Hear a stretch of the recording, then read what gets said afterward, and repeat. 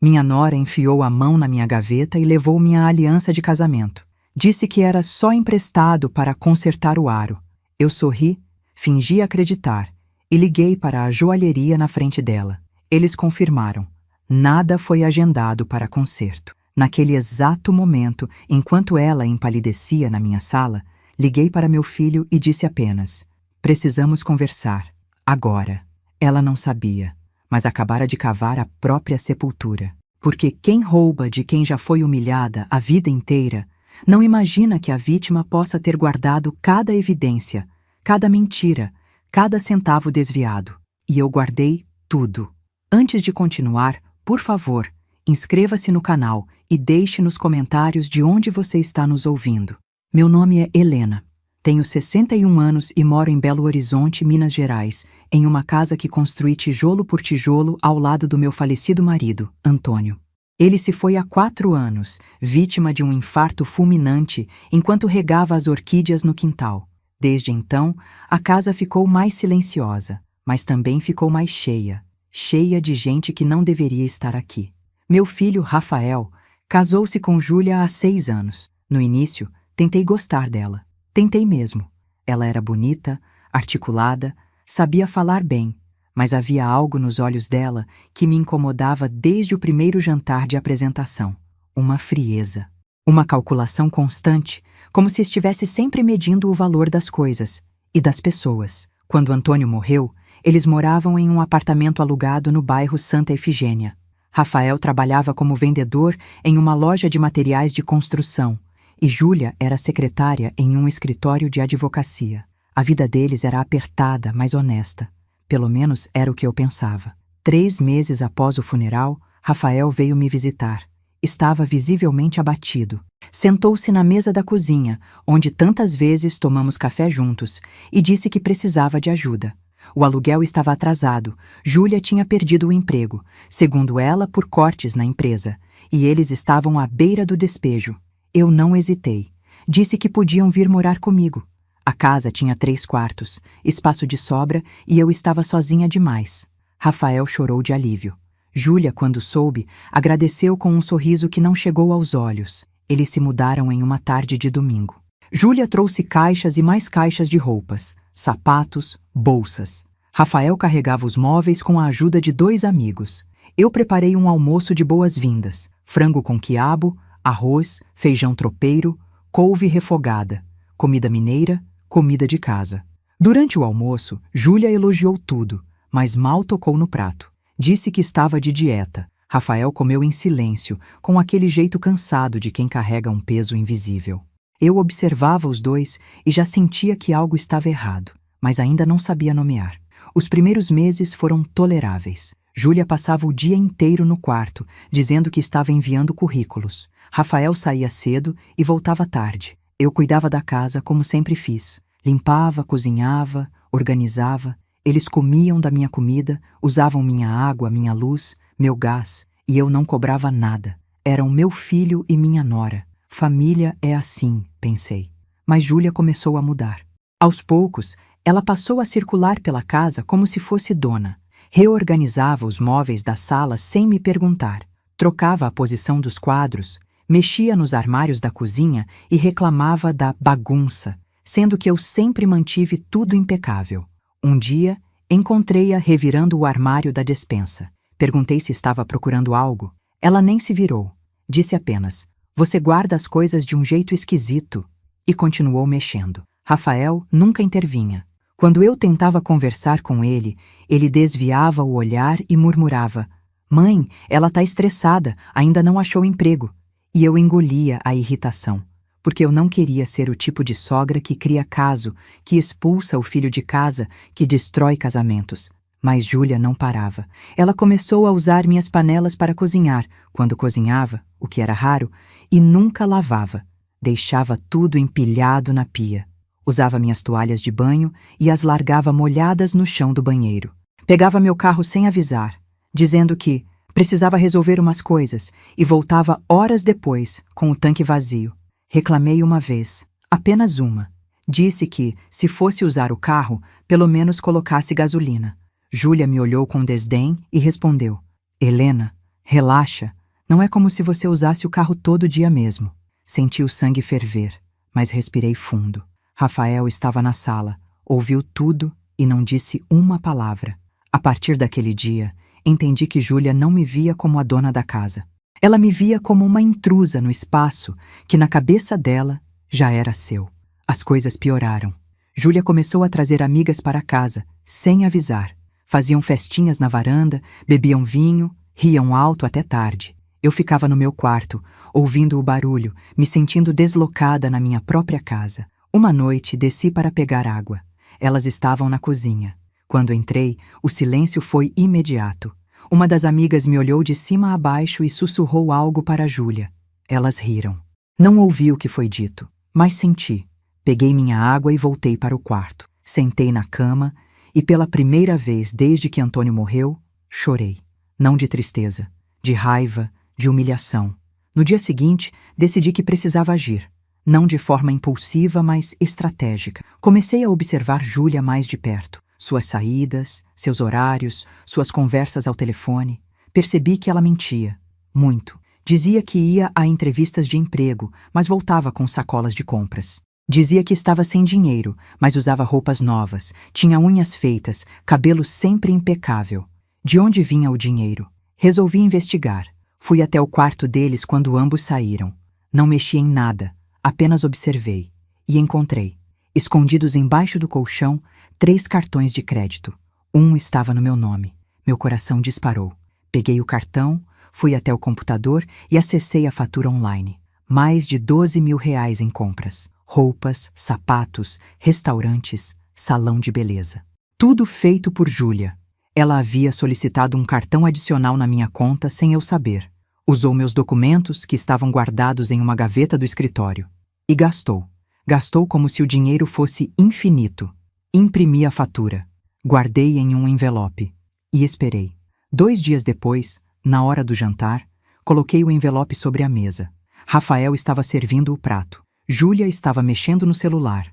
Bati levemente na mesa e disse: Júlia, precisamos conversar.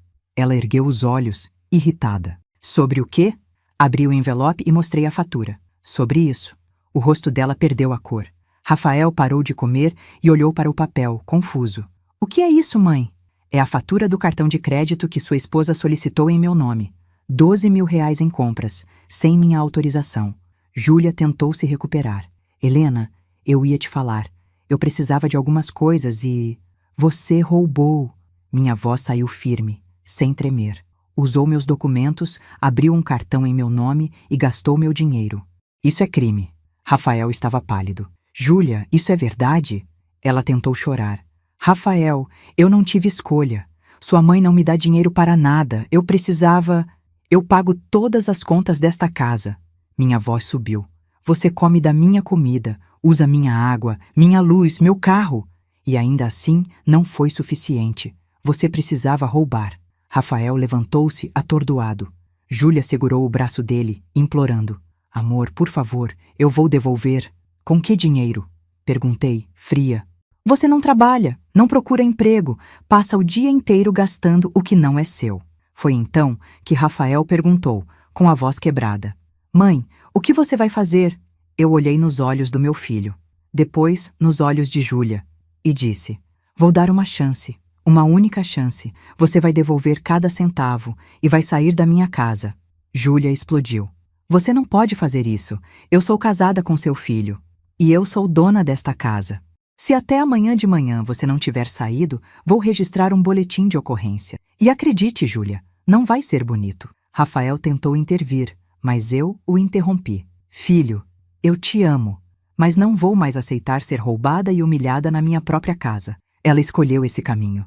Agora vai arcar com as consequências. Júlia saiu da cozinha aos berros, dizendo que eu era uma velha louca e que ia acabar comigo. Rafael ficou parado, sem saber o que fazer. Naquela noite, não dormi. Fiquei alerta, esperando a próxima jogada, porque eu sabia que Júlia não ia simplesmente aceitar. Ela era esperta, manipuladora, mas eu não era mais a mulher invisível que ela pensava que eu fosse. E foi exatamente nessa noite que descobri o pior de tudo. Ouvi um barulho vindo do escritório. Levantei-me em silêncio e desci as escadas. A porta estava entreaberta. Júlia estava lá dentro, mexendo nas gavetas. Minha gaveta. Entrei sem fazer barulho. Ela não percebeu. Estava com a minha aliança de casamento na mão. A aliança que Antônio me deu há 40 anos, a única coisa de valor sentimental que eu tinha. O que você está fazendo? Minha voz cortou o silêncio. Júlia se virou, sobressaltada, mas rapidamente recompôs a expressão. Ah, Helena, eu estava só olhando. Que aliança linda. Coloque de volta. Calma, eu só queria ver. Pensei em levar para consertar o aro. Está meio torto, sabia? Meu coração batia descompassado, mas mantive a voz firme. Não está torto e você não vai levar nada. Ela sorriu. Um sorriso falso, venenoso. Nossa, que desconfiança. Eu só queria ajudar. Ajudar? Peguei o celular do bolso. Então me ajuda com uma coisa. Me diz qual joalheria você ia levar. Assim eu ligo lá e confirmo. O sorriso desapareceu.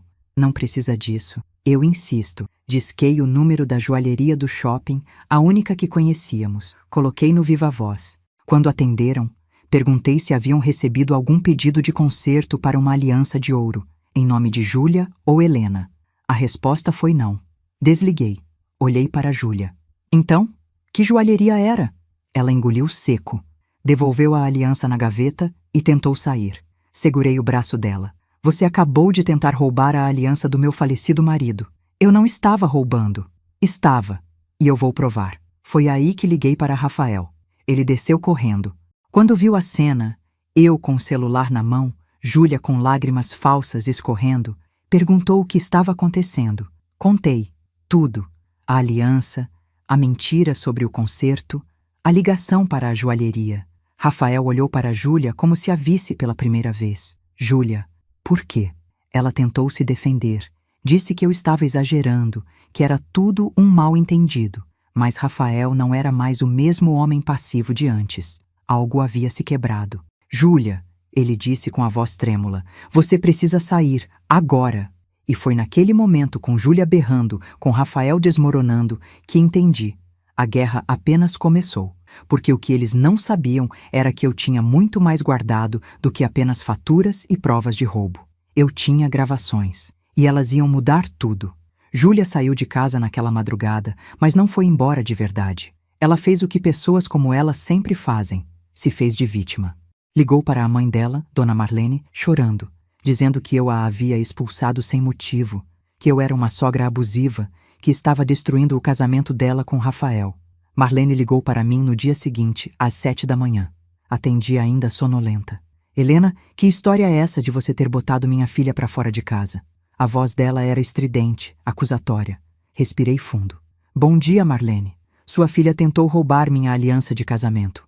E antes disso, abriu um cartão de crédito em meu nome e gastou 12 mil reais sem autorização. Houve uma pausa.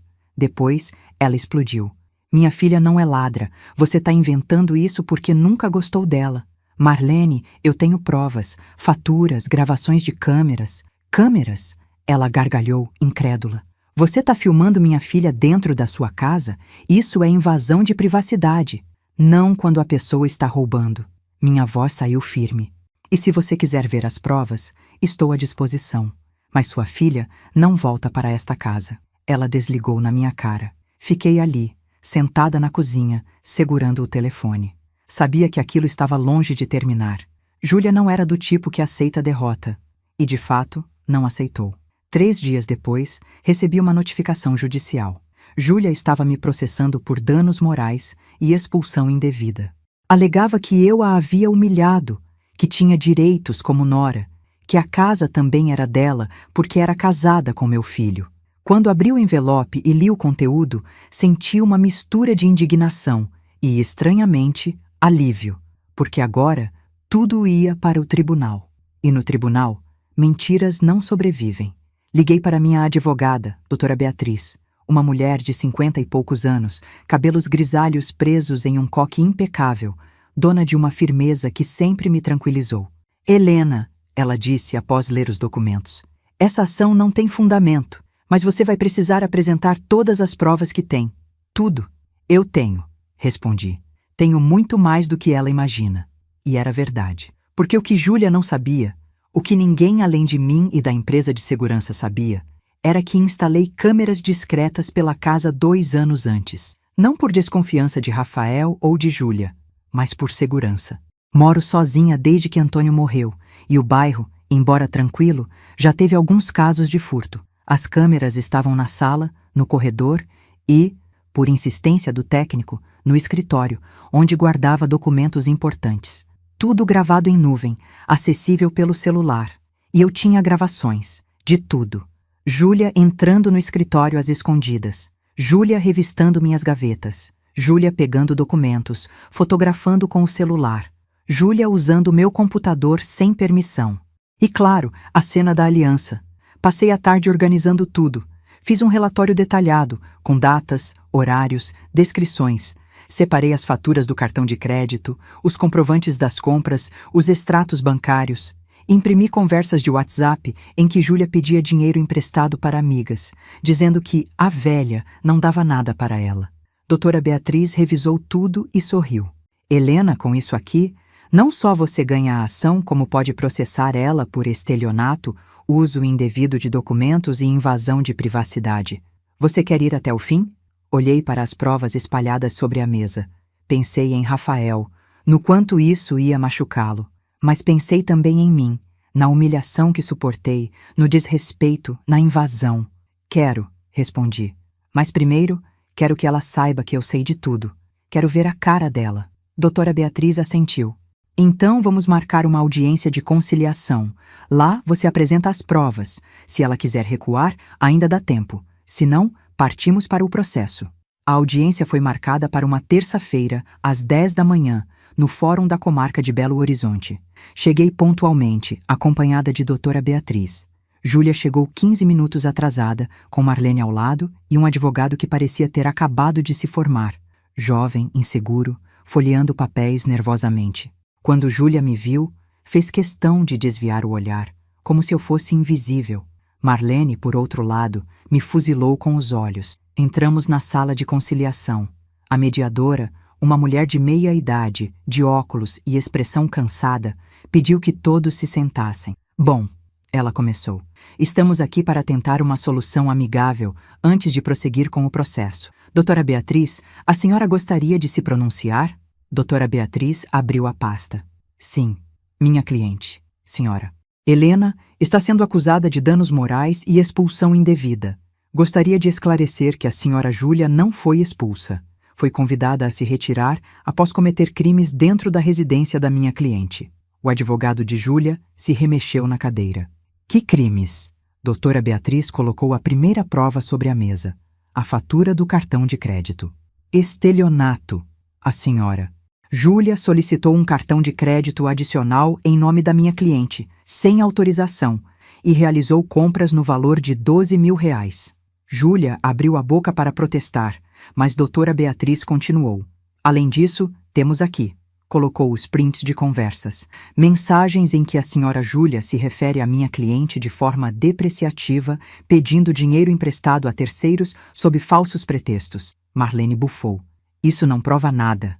Prova, sim, doutora Beatriz retrucou. Calma. Mas há mais. Ela abriu o notebook e girou a tela em direção a eles. Aqui temos imagens de câmeras de segurança da residência. Júlia empalideceu. Câmeras? Sim. Instaladas há 2 anos com propósitos de segurança. Totalmente legais. Doutora Beatriz apertou play. Na tela, víamos Júlia entrando no escritório, olhando para os lados, abrindo gavetas. Em outra cena, ela fotografava documentos. Em outra, pegava a aliança. O silêncio na sala era absoluto.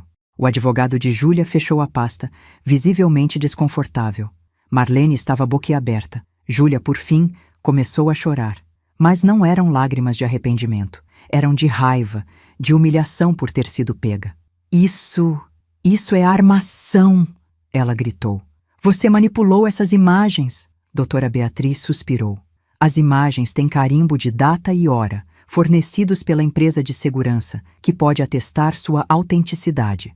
Além disso, temos o depoimento da joalheria, confirmando que nenhum pedido de conserto foi feito. A mediadora interveio. Senhora Júlia, a senhora gostaria de se manifestar?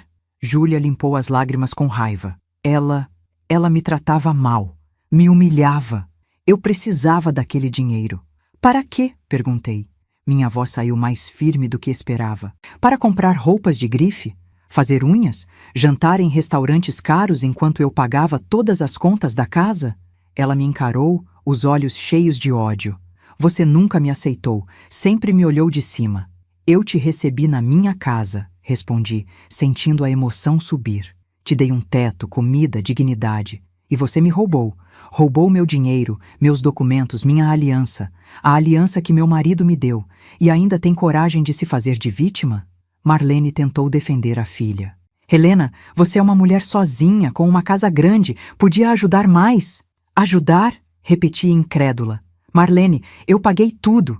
E em troca, fui roubada e humilhada. Sua filha não queria ajuda. Ela queria tomar o que era meu. A mediadora bateu levemente na mesa. Senhoras, por favor, vamos tentar manter a civilidade. Ela olhou para Júlia. Senhora Júlia, diante das provas apresentadas, a senhora deseja retirar a ação? O advogado de Júlia sussurrou algo no ouvido dela. Ela hesitou. Depois assentiu. Muda. Muito bem, disse a mediadora. A ação será arquivada. No entanto, doutora Beatriz, sua cliente pretende prosseguir com alguma medida legal? Doutora Beatriz me olhou. Eu respirei fundo. Quero que ela devolva o dinheiro, todos os 12.000 reais, e quero que ela e meu filho saiam da minha casa definitivamente. Rafael não tem nada a ver com isso, Júlia gritou. Tem, sim, respondi, porque ele ficou calado enquanto você me desrespeitava. Ele me decepcionou tanto quanto você. A mediadora anotou tudo. A senhora Helena aceita um acordo de pagamento parcelado? Olhei para Júlia. Ela estava destruída, mas ainda altiva. Aceito. Em 12 vezes. E se atrasar uma parcela, processo por estelionato. Júlia rangeu os dentes, mas concordou. Saímos do fórum. Do lado de fora, Rafael me esperava. Estava encostado no carro, com o rosto cansado, olheiras profundas. Mãe, Rafael não. Levantei a mão. Não agora. Eu não sabia de nada, ele disse, a voz embargada. Juro. Mas viu como ela me tratava e não fez nada. Senti as lágrimas queimarem, mas não as deixei cair. Você escolheu o lado dela, repetidas vezes. Eu amo vocês duas. Não se ama duas pessoas colocando uma delas para baixo. Abri a porta do carro. Você tem até o fim do mês para sair da minha casa. E leve suas coisas. Todas. Entrei no carro e não olhei para trás. Nos dias seguintes, Rafael tentou me ligar diversas vezes. Não atendi. Júlia depositou a primeira parcela, provavelmente com dinheiro emprestado da mãe. E eu, finalmente, voltei a dormir em paz. Mas a história ainda não tinha acabado, porque 3 semanas depois recebi uma ligação. Era de uma mulher chamada Patrícia. Ela se apresentou como ex-namorada de Rafael. E o que ela me contou mudou tudo novamente. A ligação de Patrícia veio numa quinta-feira à tarde. Eu estava regando as orquídeas no quintal, tentando encontrar alguma paz naquelas flores que Antônio tanto amava. O celular tocou. Número desconhecido. Hesitei, mas atendi. Alô? Dona Helena? A voz era feminina, jovem, hesitante. Sim, quem fala? Meu nome é Patrícia. A senhora não me conhece, mas eu namorei o Rafael há alguns anos, antes dele conhecer a Júlia. Meu coração acelerou. O que você quer? Houve uma pausa. Eu ouvia a respiração dela do outro lado, como se estivesse reunindo coragem. Eu soube pelo Facebook que a senhora teve problemas com a Júlia. E eu acho que a senhora precisa saber de algumas coisas. Sentei-me no banco do quintal. Que coisas? Júlia não perdeu o emprego, dona Helena. Ela foi demitida por justa causa. Ela roubou dinheiro do caixa do escritório onde trabalhava. 3.000 reais. O patrão não registrou o boletim de ocorrência porque ela devolveu, mas a mandou embora na hora. Fiquei em silêncio, processando a informação. Patrícia continuou, a voz cada vez mais firme. E tem mais. Quando o Rafael começou a namorar ela, eu tentei avisar ele. Porque a Júlia, ela tem histórico. Já fez isso antes, com outros namorados. Ela se aproxima de homens que têm família estruturada, finge que tá mal de vida, e vai aos poucos tomando conta de tudo. Como você sabe disso? Porque a melhor amiga dela, a Camila, me contou. Elas estudaram juntas. A Camila ficou com pena de mim quando viu o Rafael com a Júlia. Disse que era o padrão dela. Sempre foi. Senti um frio na espinha. Por que você está me contando isso agora? Porque eu vi o que ela postou no Facebook, dizendo que a senhora é uma sogra abusiva, que expulsou ela de casa sem motivo. E eu sei que não é verdade. Eu sei como a Júlia é. E achei que a senhora merecia saber a verdade completa. Agradeci a Patrícia e desliguei. Fiquei ali, sentada, olhando para as orquídeas, sentindo uma mistura de raiva e algo próximo da validação. Eu não estava louca. Eu não estava exagerando. Júlia era exatamente o que eu suspeitava desde o início. Uma manipuladora profissional. Liguei imediatamente para a doutora Beatriz e contei o que Patrícia havia dito. Ela anotou tudo e pediu o contato de Patrícia e da tal Camila. Se conseguirmos esses depoimentos, Helena, você pode não só garantir que ela pague o que deve, mas também proteger outras pessoas no futuro. Eu quero isso, respondi. Quero que ela não faça com ninguém o que fez comigo. Nos dias seguintes, doutora Beatriz fez contato com Patrícia e Camila. Ambas concordaram em dar depoimento. Camila, inclusive, trouxe prints de conversas antigas em que Júlia vangloriava-se de saber como lidar com famílias ricas e dizia que velhas sozinhas eram alvos fáceis. Quando li aquilo, senti uma náusea. Não era pessoal. Eu era apenas mais uma. Mais um alvo. Mais uma mulher invisível que ela achava que poderia explorar sem consequências. Enquanto isso, Rafael finalmente saiu de casa. Alugou um apartamento pequeno no bairro Floresta e levou Júlia com ele. Ele me ligou uma vez, pedindo para conversarmos. Aceitei. Marcamos em uma cafeteria no centro da cidade, num sábado de manhã. Quando cheguei, ele já estava lá, sentado em uma mesa no canto, mexendo nervosamente no celular. Parecia ter envelhecido 10 anos. Os olhos fundos, o rosto pálido, os ombros curvados. Sentei-me na frente dele. Oi, filho. Oi, mãe. Ele me olhou e pela primeira vez em meses eu vi lágrimas nos olhos dele. Eu não sei nem por onde começar. Comece pela verdade, respondi, firme mas sem raiva. Você sabia de alguma coisa? Ele balançou a cabeça. Não, juro. Eu não sabia do cartão, não sabia das compras, não sabia da aliança. Júlia escondia tudo de mim. Eu só via que ela estava estressada, que vocês duas não se davam bem, e eu tentava fazer as pazes, mas eu era cego, mãe. Cego e burro. Por que você nunca me defendeu? Perguntei, sentindo a emoção apertar a garganta. Quando ela me desrespeitava, quando ela me tratava como nada, você ficava calado. Por quê? Ele limpou os olhos com as costas da mão. Porque eu tinha medo. Medo de que ela me deixasse, medo de ficar sozinho de novo. Depois que o pai morreu, eu me senti tão perdido. E a Júlia parecia ser a única pessoa que me entendia. Mas eu estava errado. Eu troquei você por ela. E você não merecia isso. Aquelas palavras doeram, mas também curaram algo dentro de mim. Rafael, disse, segurando a mão dele sobre a mesa. Eu te amo. Sempre vou te amar. Mas eu não posso mais aceitar ser tratada como descartável. Nem por ela, nem por você. Eu sei. Ele apertou minha mão. E eu não tô pedindo para você perdoar a Júlia. Eu mesmo não sei se eu perdoo. Mas eu tô pedindo uma chance de consertar a gente. Mãe e filho. Sem ela no meio. Respirei fundo. Você ainda tá com ela? Ele hesitou. Tô. Mas não sei por quanto tempo. Depois de tudo que aconteceu, eu não consigo mais olhar para ela do mesmo jeito. Toda vez que ela fala, eu fico pensando, será que isso é mentira também? Então termina. Não é tão simples, mãe. A gente é casado, tem bens, tem... Rafael. Interrompi, firme. Júlia te usou, me usou, usou nossa família. E vai continuar usando até sugar tudo. Se você não sair agora, vai acordar daqui a 10 anos e não vai ter mais nada. Nem dignidade, nem dinheiro, nem família. Ele ficou em silêncio, processando. Depois, assentiu devagar. Eu sei, eu só preciso de tempo. Saímos da cafeteria com uma trégua frágil, mas real. Rafael prometeu que ia começar a se afastar de Júlia.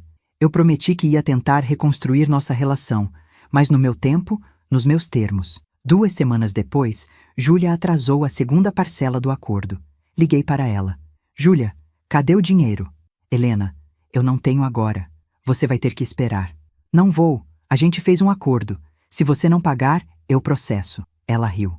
Uma risada amarga, debochada. Processa então. Você acha que eu tenho medo de você? Você é uma velha sozinha, sem ninguém.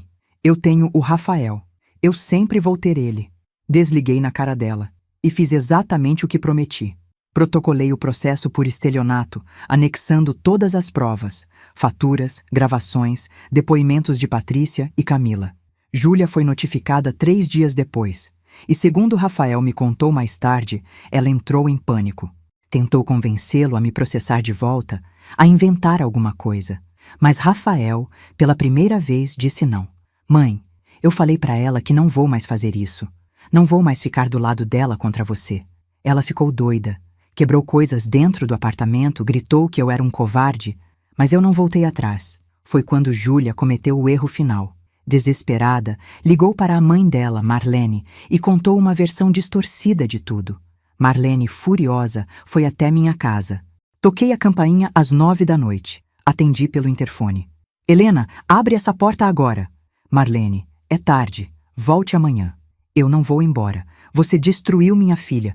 Você é uma bruxa, uma mulher má. Fiquei calada, ouvindo os insultos. Então, simplesmente desliguei o interfone.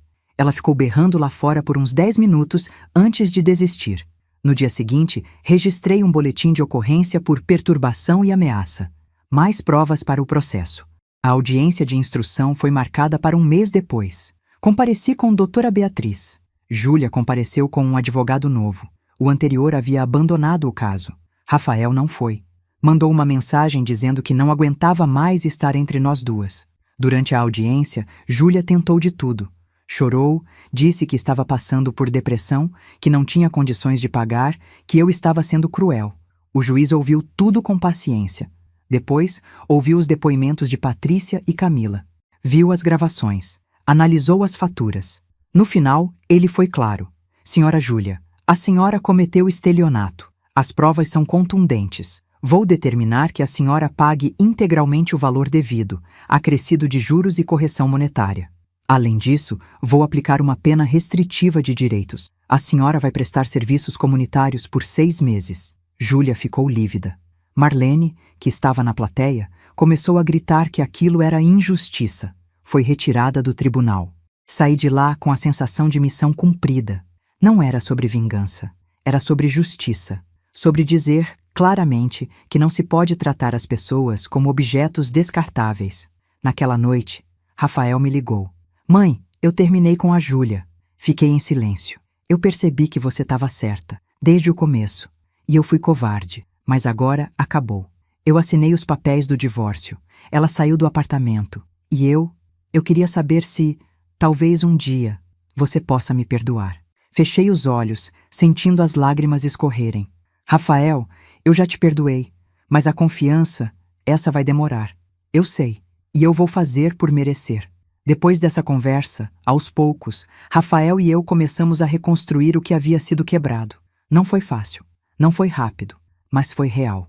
E Júlia tentou apelar da sentença, mas sem sucesso. Pagou tudo o que devia, cumpriu os serviços comunitários e desapareceu da minha vida. Mas a história, mesmo assim, ainda tinha um último capítulo, porque 6 meses depois recebi uma carta, e era dela. A carta chegou numa manhã de sábado.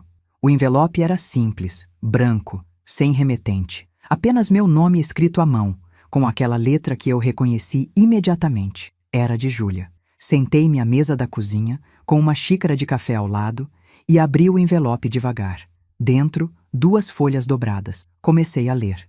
Helena, eu sei que você não esperava ter notícias minhas. E sei que, provavelmente, não quer. Mas eu precisava escrever isso. Não por você, por mim.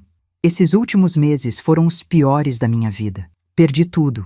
Perdi o Rafael, perdi minha reputação, perdi minha dignidade. E durante muito tempo, eu culpei você. Achei que você tinha sido cruel, vingativa, exagerada. Mas conforme o tempo passou, e conforme eu cumpri aqueles malditos serviços comunitários, limpando praças e ajudando em asilos, eu comecei a entender. Eu era a vilã. Não você. Eu cresci numa casa onde dinheiro sempre faltou. Minha mãe trabalhava em 3 empregos para a gente ter o básico. Meu pai saiu quando eu tinha 7 anos e nunca mais voltou. Eu aprendi cedo que, se você quer alguma coisa, você tem que tirar, porque ninguém vai te dar de graça. E eu levei isso para a vida adulta. Eu via oportunidades onde tinha vulnerabilidade. E você era vulnerável. Uma mulher sozinha, viúva, com uma casa grande e dinheiro guardado. Na minha cabeça, você não ia sentir falta. Você tinha tanto e eu tinha tão pouco. Mas eu estava errada, completamente errada. Você não era rica. Você tinha trabalhado a vida inteira ao lado do seu marido para construir aquela casa. Aquele dinheiro era seu suor, seu esforço. E eu tentei tomar como se fosse nada, como se você fosse nada. E o pior, eu tentei justificar. Disse para mim mesma que você me tratava mal, que você nunca me aceitou. Mas a verdade é que você me tratou melhor do que eu merecia. Me deu um teto, comida, respeito. E eu retribuí com roubo e mentira. Eu não tô pedindo perdão. Eu não mereço. Mas eu queria que você soubesse que eu entendi. Eu entendi o que eu fiz. E eu vou carregar isso pro resto da vida. Eu tô morando com minha mãe agora. Consegui um emprego de caixa num mercado. É pouco, mas é honesto. E toda vez que eu vejo uma mulher mais velha passando no caixa, sozinha, pagando as compras, eu lembro de você. E eu sinto vergonha. Espero que você esteja bem. Espero que você e o Rafael tenham se reconciliado. Ele é um bom homem. Eu que não soube valorizar. Cuide-se, Helena. Júlia. Terminei de ler e fiquei ali, segurando as folhas, sentindo uma mistura de emoções que eu não esperava. Raiva ainda estava lá, sim. Mas também algo próximo de tristeza. Não por Júlia, exatamente, mas pela pessoa que ela poderia ter sido se tivesse feito escolhas diferentes. Dobrei a carta, coloquei de volta no envelope e guardei numa gaveta. Não ia responder. Não tinha o que dizer, mas também não ia jogar fora. Era parte da história. E histórias precisam ser lembradas, para que não se repitam. Naquela mesma tarde, Rafael veio me visitar. Ele estava diferente, mais leve. Tinha voltado a sorrir, coisa que não via há meses. Sentamos no quintal, entre as orquídeas. Ele trouxe brigadeiros, meu doce favorito. A gente ficou ali, conversando sobre coisas pequenas. O trabalho dele, uma promoção que tinha recebido, os planos de voltar a estudar. Mãe, ele disse de repente, eu recebi uma carta da Júlia. Eu também. Ele me olhou surpreso. Você leu? Li. E o que você achou? Respirei fundo. Acho que ela finalmente entendeu. Mas entender não apaga o que foi feito. Ele assentiu. Eu penso a mesma coisa. Ela me pediu desculpas. Disse que nunca deveria ter me colocado contra você. Mas é tarde demais. Não dá para voltar atrás. E você tá bem? Perguntei, segurando a mão dele. Tô. Pela primeira vez em muito tempo, eu tô bem. Sozinho, mas bem. E mãe, eu queria te agradecer. Por quê? Por não ter desistido de mim, mesmo quando eu não merecia.